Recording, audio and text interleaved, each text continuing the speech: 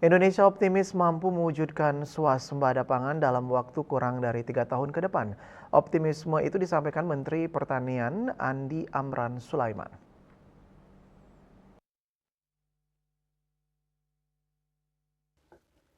Keyakinan Amran sejalan dengan berbagai upaya pemerintah yang terus menggencarkan perluasan areal tanam PAT dan solusi cepat pompanisasi sebagai antisipasi kekeringan panjang akibat gelombang panas. Mentan mengatakan sejauh ini persiapan demi persiapan terus dilakukan untuk meningkatkan produktivitas nasional.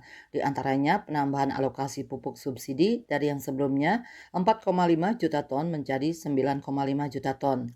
Selain itu, pembagian benih gratis, penggunaan alsintan, serta pemasangan solusi cepat pompanisasi untuk mengairi sawah dengan menyedot air melalui pompa dari sungai yang tidak kering.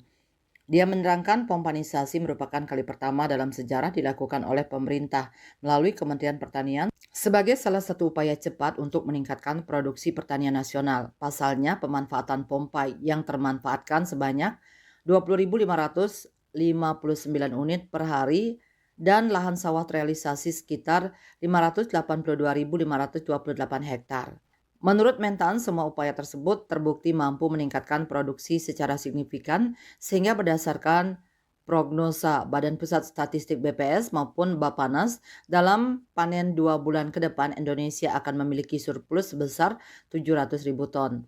Dengan begitu, kekurangan pangan yang penuhi dari impor bisa ditekan melalui produksi dalam negeri. Mentan menambahkan bahwa sebaran pompa telah mengairi 500.000 hektar sawah baik yang ada di Jawa Barat, Jawa Tengah, Jawa Timur maupun luar Pulau Jawa lainnya.